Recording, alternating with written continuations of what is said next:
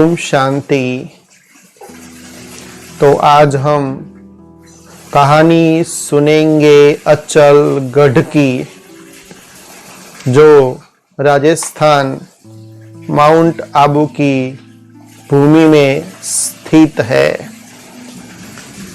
तो भारत में तो कई प्रकार के ऐसे अचलेश्वर महादेव के मंदिर है, परंतु माउंट आबू स्थित जो अचलेश्वर महादेव का मंदिर है, उसके साथ कौन सी कथा जुड़ी हुई है और क्या है उसका आध्यात्मिक रहस्य, वो आज हम जानेंगे।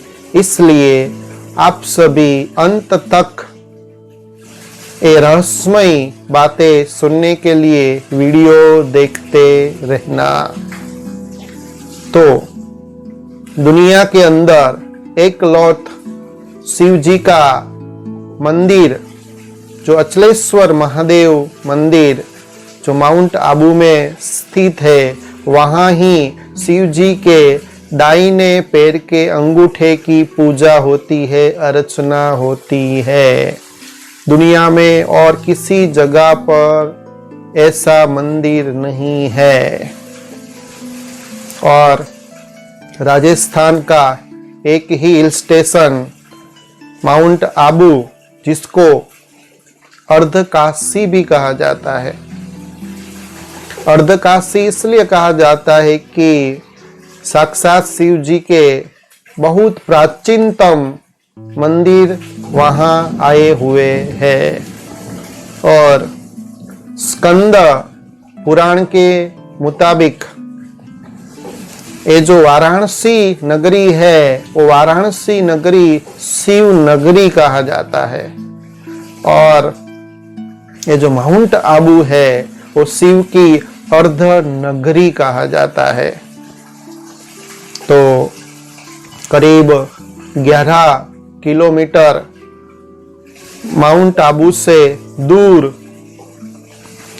अचलगढ़ की जो पहाड़ियां है, उसके बीचों बीच, और अचलगढ़ का जो किला है, उसके पास ये महादेव का अचलेश्वर मंदिर आया हुआ है। तो उसके प्रवेश द्वार के अंदर ही, जब आप उसके प्रवेश द्वार के अंदर ही जाते हैं, प्रवेश करते हैं, तो सामने ही पंच धातु से बनी हुई एक विशाल विराट नंदी की एक प्रतिमा आपको दिखाई देगी, जो 5 धातु से बनी हुई है और जिसका वजन 4 टन जितना है। फिर मंदिर के अंदर गर्भगृह में पाताल खंड में शिवलिंग बना हुआ है। वो शिवलिंग का आकार पैर के अंगूठे जैसा है और माना जाता है कि ये शिव जी का जो दाहिना जो पैर है, उसका अंगूठा का ऊपरी भाग है, जिसकी यहाँ अचलेश्वर महादेव मंदिर के अंदर अंगूठे की पूजा होती है। और पौराणिक मान्यता के अनुसार कहा जाता है कि जब ये जो माउंट आबू पर्वत है, उसको स्थिर करने के लिए साक्षात महादेव ने अपने दाहिने पैर के अंगूठे से उसको स्थिर किया और उसको थामा है। और जब ये अंगूठे का जो निशान है वो गायब हो जाएगा, तो माउंट आबू पर्वत भी नष्ट हो जाएगा, खत्म हो जाएगा। ऐसी पौराणिक मान्यता है। और आगे जब आप मंदिर के परिसर में जाएंगे, तो ये जो विराट उसका चौक है, वहाँ एक चंपा का प्राचीनतम वृक्ष भी आपको दिखाई देगा। और साथ साथ आप बाईं तरफ जाएंगे तो एक 2 आपको स्तंभ, कलात्मक स्तंभ दिखाई देंगे। तो कलात्मक स्तंभ का एक धर्म कांटा है, जो बहुत अच्छा शिल्पी से, बहुत अच्छी कलात्मक कोतरनी से बना हुआ है, जिसकी ये मान्यता है कि उस समय का जो शासक था, उस समय का जो राजा था, वो जब अपने राजगद्दी पर बैठता था, सिंहासन के ऊपर बैठता था, उसके पहले ये महादेव के अचलेश्वर मंदिर के अंदर जाता था, पूजा करता था, और फिर ये जो कलात्मक स्तंभ के जो दोनों स्तंभ के बीच में धर्म कांटे के नीचे वो रहता था और प्रजा के न्याय के लिए वो शपथ लेता था। फिर आगे आप देखेंगे तो मंदिर के अंदर दूसरी जगह पर द्वारकाधीश का भी मंदिर बना हुआ है और सुंदर जैनियों का भी मंदिर है।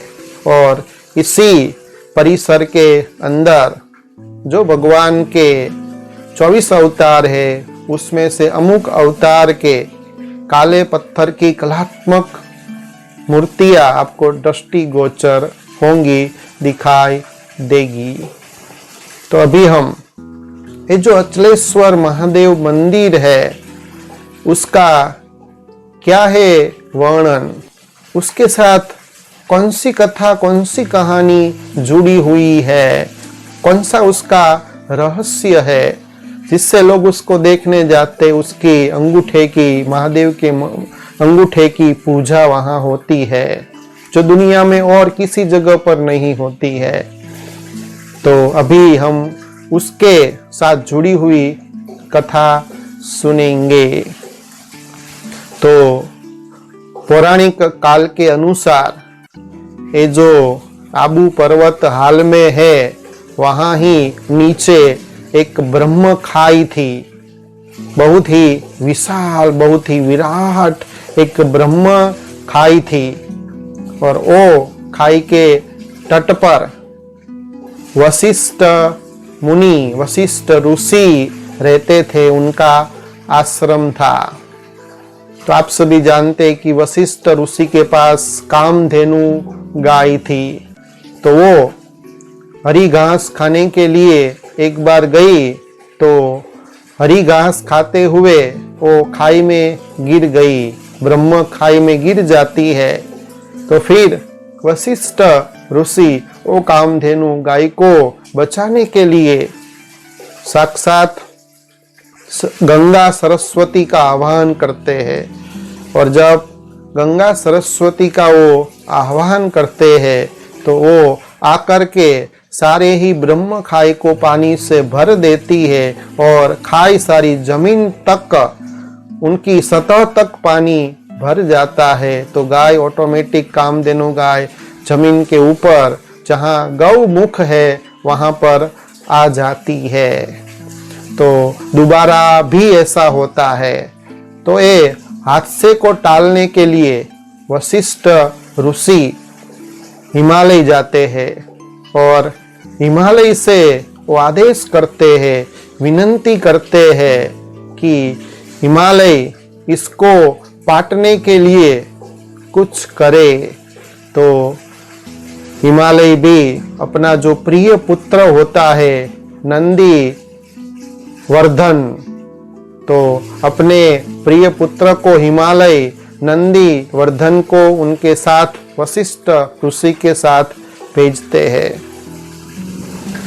तो ये जो नंदी वर्धन है वो अर्बुद नाम का जो सांप होता है, नाग होता है, उसमें बैठ करके वो उड़ करके वहाँ आश्रम जहाँ ब्रह्मखाई है, जहाँ वशिष्ठ ऋषि का आश्रम है, वहाँ वो नंदी वर्धन को ला देते हैं।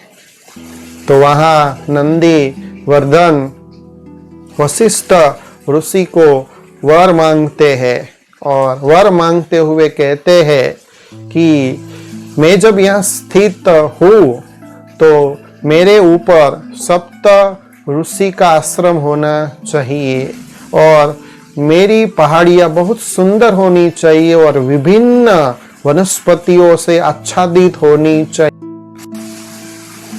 तो वशिष्ठ ऋषि वज्रधन की इच्छा की पूर्ति करते हैं।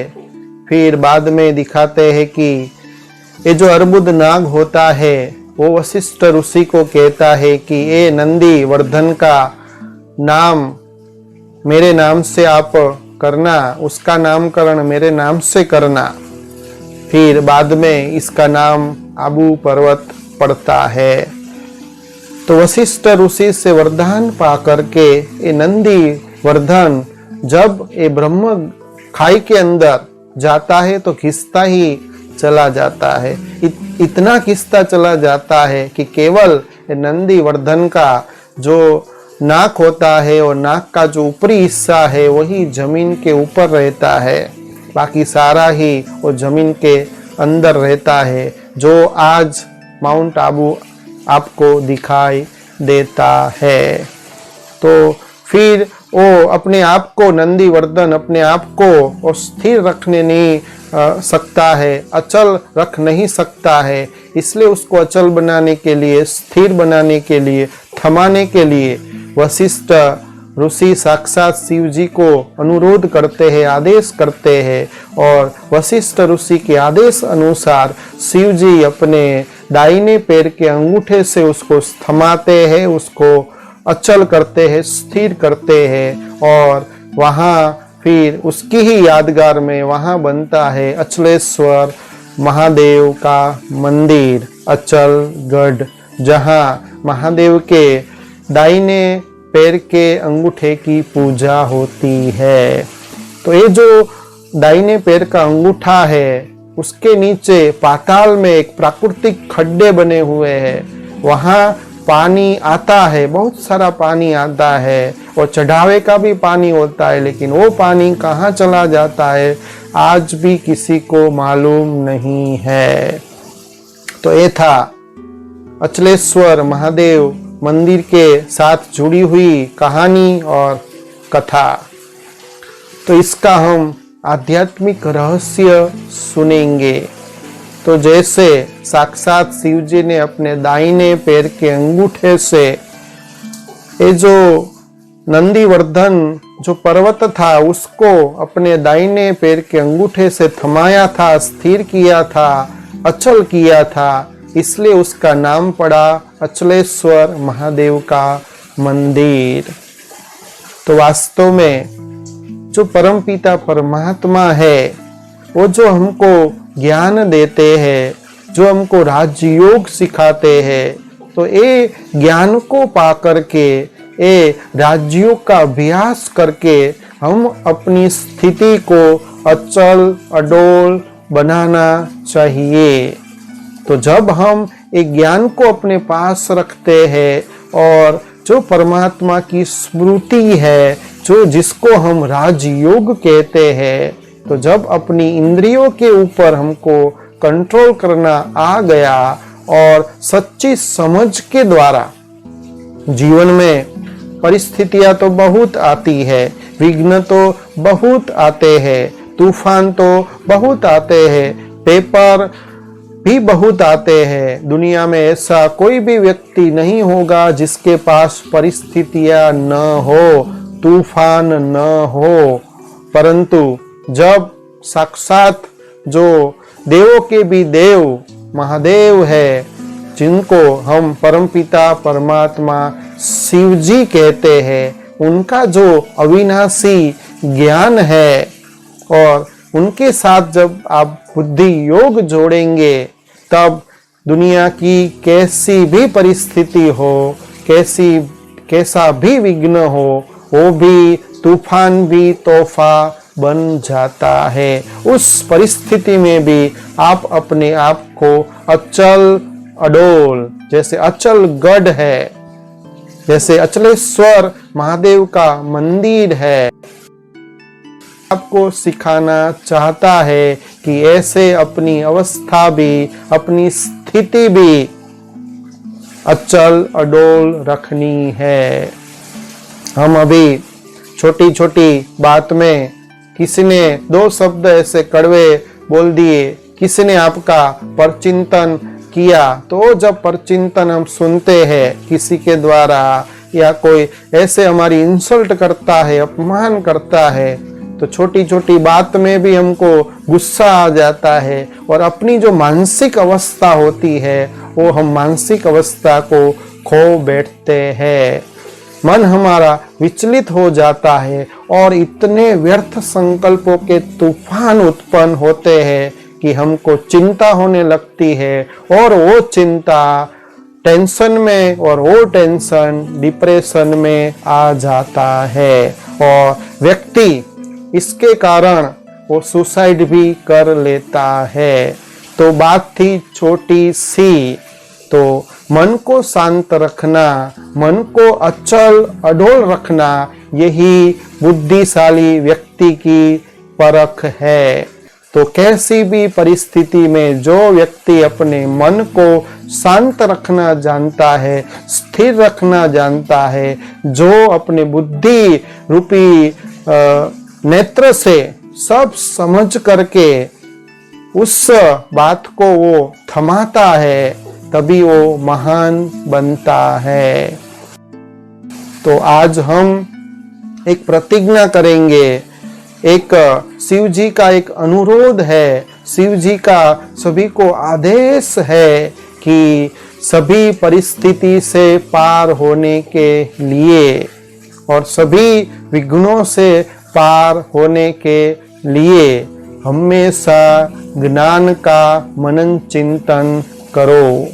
जिसके बुद्धि में ज्ञान का मनन चिंतन होता है, अच्छी अच्छी आध्यात्मिक बात जिसकी बुद्धि में है, उसकी बुद्धि में व्यर्थ बातें आ नहीं सकती और कोई कैसा भी उनका इंसल्ट करेगा, अपमान करेगा, उसको विचलित करेगा, लेकिन वो व्यक्ति ज्ञान के आधार से उस बात का सॉल्यूशन कर लेता है, उस कारण का वो तुरंत ही समाधान कर लेता है और अपने आप को अचल गढ़ के मुआफिक स्थिर करता है और वही हरेक पेपर में पास होता जाता है और हरेक पेपर में जो पास होता जाता है वही पास विथ ऑनर बनता है। और जो परिस्थिति में पास विथ ऑनर बनता है, वो जो आने वाली जो नई दुनिया है, जो स्वर्ग है, जिसको पैराडाइज कहा जाता है, बहिष्ठ कहा जाता है, उस स्वर्ग की दुनिया के अंदर वो व्यक्ति ऊंच पद पाता है।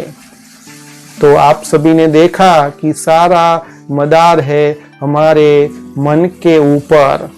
कोई भी बात को, कोई भी परिस्थिति को हम कैसा उसका वर्णन करते हैं, कैसा उसका व्याख्यान करते हैं, कैसी उस परिस्थिति की हमारे माइंड के ऊपर असर होती है, इसका हम निरीक्षण करें और उस परिस्थिति के पास से हम सीखने का प्रयास करें। तो जो व्यक्ति ऐसी परिस्थिति में सीखता है, उसको ही उन्नति की सीढ़ी बनाता है और कभी निराश नहीं होता, दिल शिकस्त नहीं होता और ऐसी परिस्थिति में भी जो अपने आप को खुश रखता है, हिम्मत में रखता है, उमंग उल्लास में रखता है, वही जिंदगी में आगे बढ़ पाता है। क्योंकि दुनिया का एक भी ऐसा कोना नहीं जहां परिस्थितियां न हो, विघ्न न हो, परंतु हमको ये अचलेश्वर महादेव मंदिर के मुआफिक जब हम अपनी मनोअवस्था में स्थिर रहेंगे, अचल रहेंगे, तो हमारी भी पूजा अर्चना होंगी, हम भी देवताओं के मुआफिक पूजे जाएंगे। और दूसरा, ये भी माउंट आबू का रहस्य आपको सभी को बताना चाहता हूँ कि माउंट आबू के अंदर नकी झील के पास जो पांडव भवन है, वो पांडव भवन साक्षात जो शिव जी है, परमपिता परमात्मा शिव, जो सभी आत्माओं का पिता है। तो वो पिता इस दुनिया में कलयुग के अंत के भी अंत संगम युग में आते हैं, ब्रह्मा तन के माध्यम से तो वो जो ब्रह्मा तन का जो माध्यम परमात्मा शिव जी लेते हैं, तो ये पांडव भवन है जो नखी झील के पास पांडव भवन, ये परमात्मा के रथ माना ब्रह्मा का कर्म क्षेत्र है, कर्म भूमि थी। तो वो भी बहुत ही ऐसी भूमि है जहां जब आप पैर रखते हैं तो आपको जरूर शांति की, सुख की और आत्मा की जितने भी विशेषता है वो आपको तुरंत ही अनुभूति होंगी और ऐसा लगेगा कि ये साक्षात कोई मनुष्य का काम नहीं है, परंतु ये साक्षात भगवान का ही काम है। क्योंकि वहाँ का जो एटमॉस्फेयर है, वहाँ का जो वातावरण है वो अलौकिक है, इसका हम शब्दों के द्वारा वर्णन नहीं कर सकते। खुद आप जब वहाँ जाएंगे तो आपको भी लगेगा ये भगवान का ही काम है और भगवान की अवतरण भूमि है। साक्षात भगवान उसी जगह पर, उसी स्थान पर आते हैं। ओम शांति।